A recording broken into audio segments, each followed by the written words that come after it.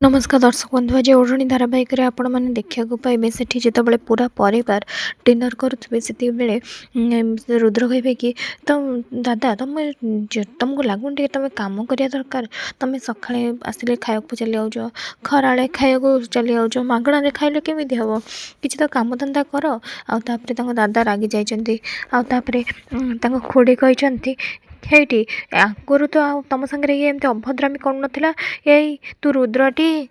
ତାପରେ ରୁଦ୍ର କହିଛନ୍ତି ବା ମୁଁ ସତ କହିଦେଲି ବୋଲି ମୁଁ ରୁଦ୍ର ନୁହେଁ ଦାଦା ତମେ ଏତେ ବଡ଼ ହେଲଣି ତମ କର୍ତ୍ତବ୍ୟ କିଛି ଅଛି ନା ନାହିଁ ନିଜ ଖର୍ଚ୍ଚ ତମ ସ୍ତ୍ରୀ ଖର୍ଚ୍ଚ ତମ ଛୁଆ ଖର୍ଚ୍ଚ କିଛି ଉଠେଇବାର ଅଛି କି ନାହିଁ। ତାଙ୍କ ଦାଦା କହିବେ ବାସ୍ ରୁଦ୍ର ତୋ ପାଟିକି ଟିକେ ଲଗାମ ଦେ ଯେତେବେଳେ ବକ୍ କରୁଛୁ।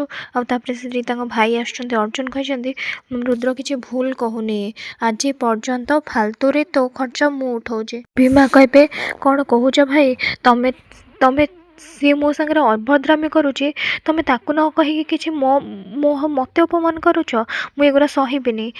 ସହନା ତତେ କିଏ କହୁଛି ସହିବା ପାଇଁ ତୁ ଚୁପ୍ ରହୁନୁ। ଆଉ ତାପରେ ସେଠି ଜ୍ୟୋତି କହିଛନ୍ତି ଏଇଟା ଖାଇବା ଟାଇମ୍ ଆମେ ଶାନ୍ତିରେ ଖାଇଦେବା ତାପରେ କଥା ହେବା। ଆଉ ତାପରେ ଜ୍ୟୋତି ଯେତେବେଳେ ରୁଦ୍ରକୁ ଦେଇଛନ୍ତି ଡ୍ରାଏ ଫ୍ରୁଟ୍ କ୍ଷୀରି ତାପରେ ରାଗି ଯାଇଛନ୍ତି କହିଛନ୍ତି ମାଷ୍ଟରାଣୀ ତମେ ଭଲ ଭାବରେ ଜାଣିଛ ମୁଁ ଡ୍ରାଏ ଫ୍ରୁଟ୍ ପଡ଼ିଥିବା କ୍ଷୀରି ଖାଏ ନା ତମେ ଏସବୁ କାହିଁକି କରୁଛ ମୁଁ ରୁଦ୍ର ମୁଁ ଏଗୁଡ଼ା ଖାଇବିନି ମୁଁ ଏ କ୍ଷୀରି ଖାଇବିନି ମୁଁ ରୁମ୍କୁ ବି ଯିବିନି ଯେପର୍ଯ୍ୟନ୍ତ ତମର ବିଶ୍ୱାସ ହେଇନି କି ମୁଁ ରୁଦ୍ର ବୋଲି। ଆଉ ତାପରେ ଇନ୍ଦୁମତୀ କହିଛନ୍ତି ମୁଁ ତ ମୋର ପୁଅକୁ ହରେଇଛି କିନ୍ତୁ ତୁ ଯେମିତି ତୋ ଭୁଲ ପାଇଁ ତୋ ସ୍ୱାମୀକି ନ ହରଉ। ଆଉ ତାପରେ ଜ୍ୟୋତି କହିଛନ୍ତି ମୋତେ ଏମିତି ଅଜବ କାହିଁକି ଲାଗୁଛି। ଆଉ ତାପରେ ସେ ରୁମ୍ରେ ରୁଦ୍ରଙ୍କ କଥା ଭାବିଛନ୍ତି କହିଛନ୍ତି ଜ୍ୟୋତି ତୁ ବୋଧେ ଅଧିକ ଭାବୁଛୁ ଏତେ ସବୁ ଭାବିବା ଠିକ୍ କଥା ନୁହଁ।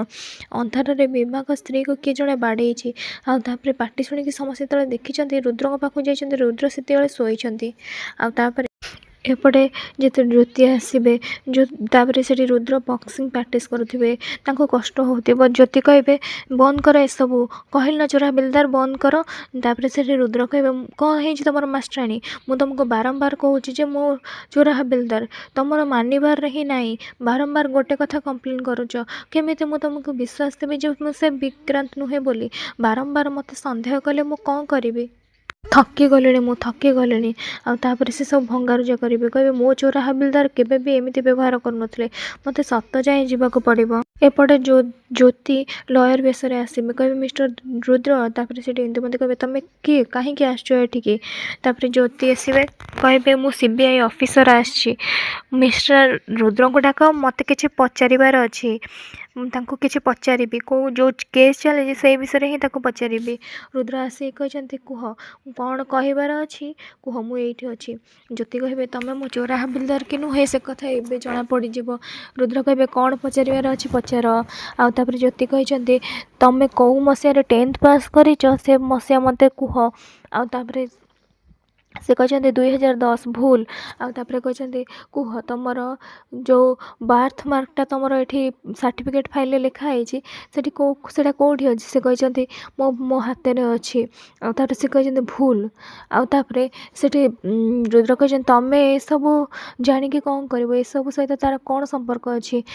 ଜ୍ୟୋତି କହିଛନ୍ତି ଭଏସ୍ ତଳକୁ କର ମୁଁ CBIରୁ ଆସିଛି ଯେତିକି ପଚାରୁଛି ସେତିକି ଉତ୍ତର ଦିଅ। ସବୁ ପ୍ରଶ୍ନର ଉତ୍ତର ଆପଣ ଭୁଲ ଦେଇଛନ୍ତି ଏମିତି କେମିତି ହେଇପାରିବ ସବୁ ପ୍ରଶ୍ନର ଉତ୍ତର ଆପଣ ନିଜ ବିଷୟରେ ନିଜେ କିଛି ଜାଣିନାହାନ୍ତି। ମା ଠାକୁରାଣୀ କହିଛନ୍ତି ଉତ୍ତର ଦେ ରୁଦ୍ର ତୁ କ'ଣ ଭାବୁଛୁ। ଭୀମାଙ୍କ ସ୍ତ୍ରୀ କହିଛନ୍ତି ଆରେ ରୁଦ୍ର ତୁ ନିଜ ବିଷୟରେ ସବୁ ପ୍ରଶ୍ନର ଭୁଲ ଉତ୍ତର ନିଜ ବିଷୟରେ ତୁ କେମିତି ଦେଉଛୁ। ବିକ୍ରାନ୍ତ ଆମ ଆଖି ଆଗରେ ଗୁଳି ଖାଇକି ମରିଗଲା ଆଉ ତୁ ଯଦି ରୁଦ୍ର ନୁହଁ ତାହେଲେ ତୁ କିଏ। ଆଉ ତାପରେ ସେଠି ରୁଦ୍ର ତାଙ୍କ ଛଦ୍ମବେଶୀ ଚେହେରାକୁ ସମସ୍ତଙ୍କ ଆଗକୁ ଆଣିଛନ୍ତି କହିଛନ୍ତି ତମେ କ'ଣ ଭାବିଥିଲ ସମସ୍ତଙ୍କ ଆଗରେ ତମେ ରୂପ ବଦଳେଇକି ଆସିବ ଆଉ ମୁଁ ତୁମକୁ ଚିହ୍ନି ପାରିବିନି। ମାଷ୍ଟରାଣୀ ମୋ ହାତ ଯୋଡ଼ୁଛି ତମେ ବିଶ୍ୱାସ କର ମୁଁ ସମସ୍ତେ ଉପସ୍ଥିତ ଅଛନ୍ତି ମୁଁ ବିଶ୍ୱାସ କର ମୁଁ ହିଁ ରୁଦ୍ର।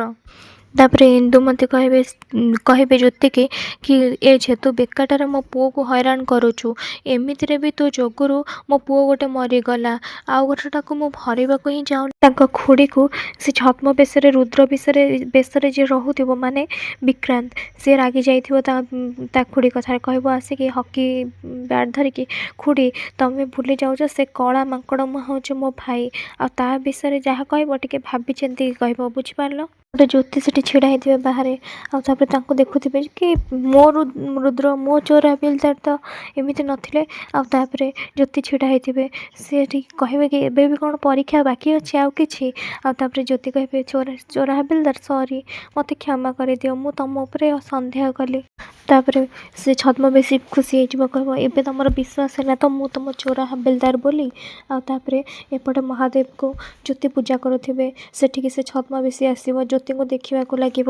ଆଉ ତାପରେ କହିବ ହେ ମହାଦେବ, ମୁଁ ତ ଅଛି ନା, ମୁଁ ବି ଦୀପ ଲଗାଇଦେବି। ତାପରେ ସେ ଗୋଟାଏ ଦିଆସିଲି ହିଁ ଥିବ, କହିବ ମହାଦେବ ଯଦି ଗୋଟେ କାଠି ଅଛି ତାହେଲେ ଆମ ଦୁଇ ଜଣଙ୍କର ଭଲ ପାଇବା ଯଦି ସତ ହେଇଥିବ ଗୋଟେ କାଠିରେ ହିଁ ଏ ଦୀପ ଜଳିଯିବ, ସତକୁ ସତ ବି ଜଳେଇ ଦେବ।